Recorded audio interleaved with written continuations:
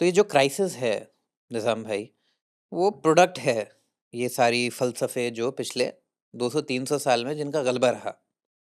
आपसे जो बात करके ये समझ आ रहा है।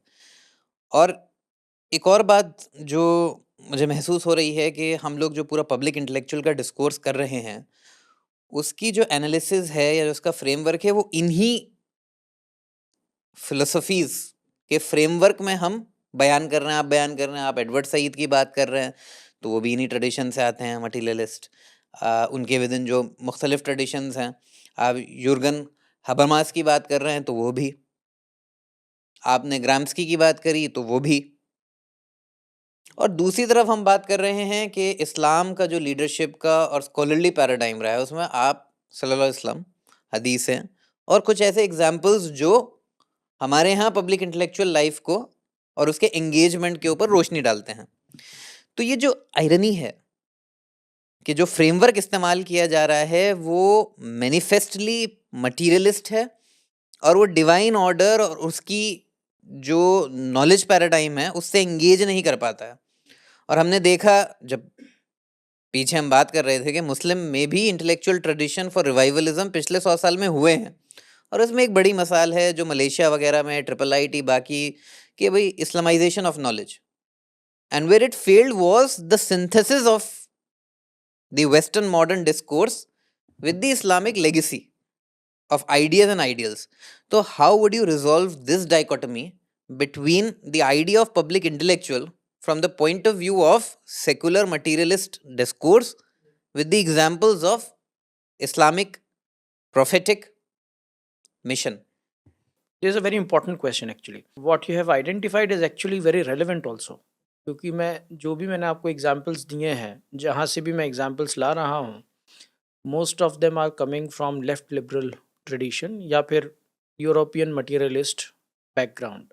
इसमें एक बात समझना ज़रूरी है कि ये जो भी लेफ्ट लिबरल ट्रेडिशन है वो दो एजम्पशंस करता है।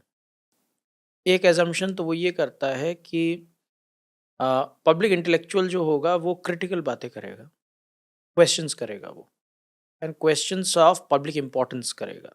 That's the first thing. दूसरी चीज़ ये है, this argument is based on a particular assumption.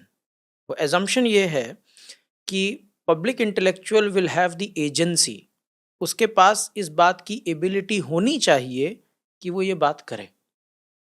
तो पब्लिक इंटेलेक्चुअल में पब्लिक में उसको आना ज़रूरी है। कहने का मतलब वो इंसान पब्लिक में आ सके, तभी वो अपनी इंटेलेक्चुअलिटी को पब्लिक में स्प्रेड कर सकता है, तभी उसको पब्लिक इंटेलेक्चुअल कहा जाएगा। तो ये इस अजम्पशन पे बेस्ड है। आप पब्लिकली अपनी बात कर सकते हैं, और आप जब पब्लिकली अपनी बात कर सकते हैं तब आप इतनी क्रिटिकल बातें करेंगे। ठीक है। फ्रॉम अ मुस्लिम पर्सपेक्टिव आपके लिए पब्लिक एक्सेस ही नहीं है। जैसे one of the most beautiful examples is uniform civil code और पर्सनल लॉ की डिबेट। यूनिफॉर्म सिविल कोड जो है वो पब्लिक लॉ मान लीजिए आप उसको, based in rationality, based in public rationality, based in public reason, जिसको जॉन रॉल्स भी पब्लिक रैशनैलिटी कहता है, जिसको यूर्गेन हेबरमास भी पब्लिक रीजन कहता है। आप यूनिफॉर्म सिविल कोड को वो मानिए, फॉर्मल रैशनैलिटी। पर्सनल लॉ को आप प्राइवेट स्पेस मानिए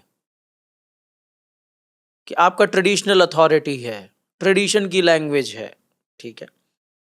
प्रॉब्लम क्या हो रही है कि आप वो जो ट्रेडिशनल रिलीजन बेस्ड आर्ग्यूमेंट है वो आप पब्लिक स्फेयर में ला ही नहीं पा रहे हैं। ठीक है। तो कहने का मकसद ये है कि क्रिटिकल क्वेश्चंस तो इंपॉर्टेंट हैं, इसीलिए मैंने साइड भी किया उन लोगों को। क्रिटिकल क्वेश्चंस पब्लिक स्पेस में पूछना जरूरी है, लेकिन वो क्रिटिकल क्वेश्चंस आपको मुस्लिम पर्सपेक्टिव से पूछना पड़ेगा, क्योंकि मुस्लिम एजेंसी ही एग्जिस्ट नहीं करती पब्लिक स्पेस में। तो सबसे पहले तो आप मुस्लिम एजेंसी को क्रिएट कीजिए पब्लिक स्पेस में, कि साहब मुसलमान पर्सपेक्टिव से भी पब्लिक स्पेस में बात की जा सकती है। जब वो एस्टैब्लिश होगा तब क्रिटिकल बात होगी। तो मैं इसको मतलब इफ यू आस्क मी, मैं इसको फ्रेम करता हूँ पार्टिसिपेटरी पब्लिक इंटेलेक्चुअलिज्म के सेंस में। मुझे नहीं मालूम इस तरीके का कोई टर्म है या नहीं है, लेकिन मुझे ये लगता है कि ये एक ऐसी एज है जहाँ पे पब्लिक स्पेस में हर इंसान की एजेंसी खत्म हो गई है।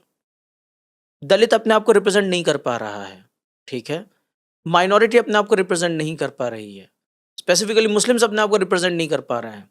तो इस वक्त पब्लिक इंटेलेक्चुअल्स का काम यह है कि दलित पब्लिक इंटेलेक्चुअल बने, क्रिश्चियन पब्लिक इंटेलेक्चुअल बने, मुस्लिम पब्लिक इंटेलेक्चुअल बने, जो कि पब्लिक स्पेस में आके अपनी बातें रखे, अपनी कम्युनिटी की बातें, स्पेस रीगेन करे सबसे पहले वो, तब वो जाके न्यूट्रल लेवल पे बात कर पाएगा।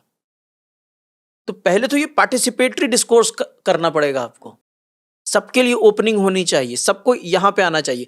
तो उसके लिए आपके लिए ओपनिंग या वो स्पेस तब तक ओपन नहीं होगा जब तक आप अपनी कम्युनिटी को रिप्रेजेंट नहीं करेंगे, ठीक है। और आई डोंट थिंक कि ये गलत है, क्योंकि मुझे याद है, इनफैक्ट रोमिला थापर ने भी अपनी किताब में इस बात को मेंशन किया है, अपने जो उनका आर्टिकल है उसमें मेंशन किया कि देखिए पब्लिक इंटेलेक्चुअल जो है वो एक आइडियोलॉजी से निकलता है। वो आइडियोलॉजी सही हो गलत हो एक अपनी जगह है, लेकिन उसका एक हैबिटस होता है, कहीं ना कहीं वो बिलोंग करता है, उसका एक पॉइंट ऑफ व्यू है, वो एक उसका पॉइंट ऑफ व्यू है, एक फ्रेमवर्क है, वो जिसके फ्रेमवर्क और विदिन उसका एक लोकेट बैकग्राउंड करता है, है, एक बैकग्राउंड है। वो वहां से निकलता है, वहां से वो बातें निकाल के लाता है सामने, ठीक है।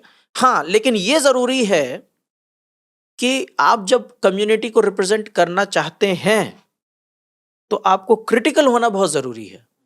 आप पब्लिक स्पेस में सबके लिए क्रिटिकल होइए, आप अपनी कम्युनिटी के लेवल पे भी क्रिटिकल होना पड़ेगा आपको। जो बड़ा अवॉइड किया जाता है कि भाई मौजूदा दौर में आप ऑलरेडी हाशिए में हैं, आपको बीजेपी या जो भी होता है कि भाई बोगी की तरह यूज़ किया जाता है कि उस कॉन्टेक्स्ट में आप हमें मत क्रिटिसाइज़ कीजिए अभी, क्योंकि अभी हमें एक होने की ज़रूरत है। तो उस कॉन्टेक्स्ट में पूरा जो ये जवाबदेही है कि भाई हमने आपको लीडर बनाया, हमने आपको अपनी स्पेस दी, आपने वो मांगी थी, आपने ये बोल के मांगी थी ना कि भाई हम इसको रिप्रेजेंट कर सकते हैं, तो लोगों ने आपको वो स्पेस दी। और उसके बाद अगर आप उस स्पेस में अचीव नहीं कर पाए, उस अचीवमेंट की वजह से, ना होने की वजह से ये चीज़ हुई कि जिसमें हमारा फर्दर मार्जिनलाइजेशन हुआ। अब क्योंकि ये फर्दर मार्जिनलाइजेशन हो गया है, अब आप हमसे ये सवाल अभी ना पूछें, क्योंकि हम सबकी सर्वाइवल की लड़ाई है। तो ये बड़ा सर्कुलर लूप और लॉजिक है, और इसके विदिन हम फंसते चले जाते हैं।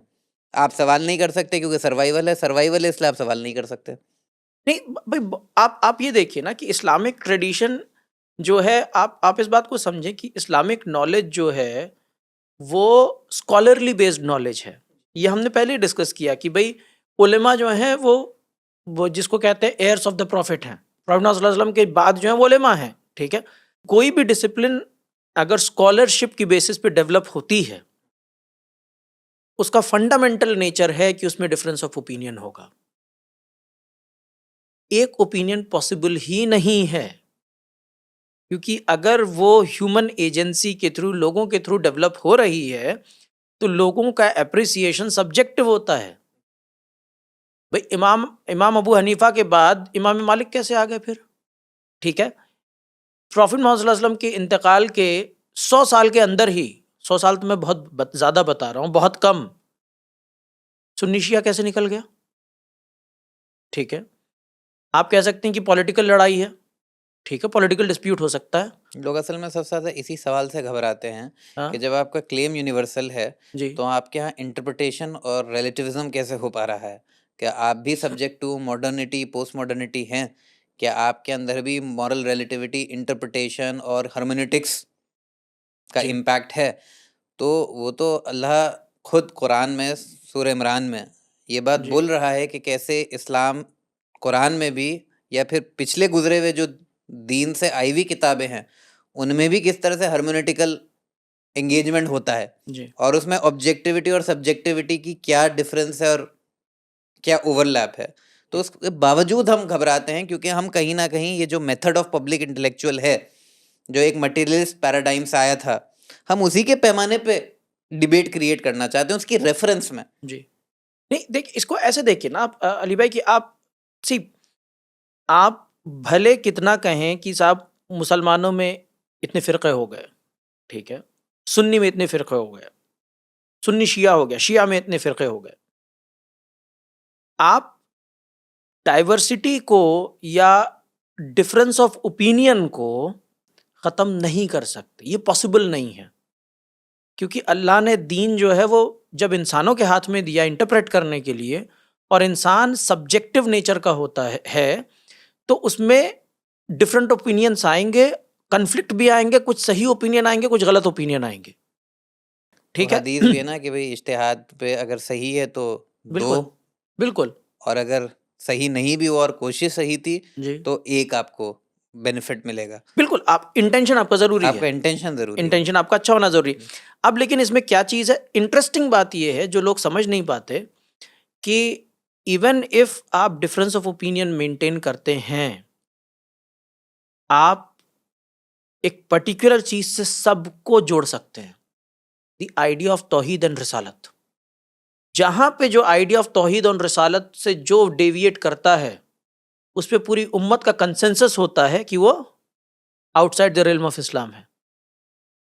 जैसे कादियानी, ठीक है, या फिर कोई ये कहे कि मैं अल्लाह को नहीं मानता, ठीक है, वहां पे कंसेंसस हो जाता है। तो कहने का मतलब ये सारे लोगों को आप एक साथ टाई कर सकते हैं तौहीद और रिसालत की बेसिस पे। That is one thing. दूसरी चीज ये है कि आपको इस्लामिक नॉलेज का नेचर समझना जरूरी है, जो रिलीजियस ट्रेडिशंस का नेचर होता है। आप कोई भी डिसिप्लिन उठाइए, चाहे पॉलिटिकल साइंस उठाएं, इकोनॉमिक्स उठाएं, सोशियोलॉजी उठाएं, लॉ उठाएं, none of these disciplines claim कि हम ट्रुथ की बात करते हैं। ये ट्रुथ से इंगेज भी नहीं होते। इनका सिर्फ एक काम है चीजों को डिस्क्राइब करना, या चीजों को स्ट्रक्चर करना, या चीजों को आर्ग्यू करना, या रैशनैलिटी को क्रिएट करना, यही काम है इनका, ठीक है? एक्सप्लेनेशन, ये कभी भी ट्रुथ की बात नहीं करते, ठीक है? तो इसमें जितनी भी स्कॉलरशिप डेवलप होगी, ट्रुथ इनके बेसिक एक्सियम में इनएक्सेसिबल है। इनएक्सेसिबल है, वो उसकी बात ही नहीं कर रहा है। इमैनुअल कांट फिनोमिनन और न्यूमेनॉन के बीच का जी, डिफरेंस बता रहा है कि भाई वो फिनोमिनन जी, जो वो ऑब्जर्व हो रहा है, जिसमें सब्जेक्टिविटी ऑलरेडी एम्बेडेड है, जी, वो उसको एक्सप्लेन करने की कोशिश कर रहा है। जी।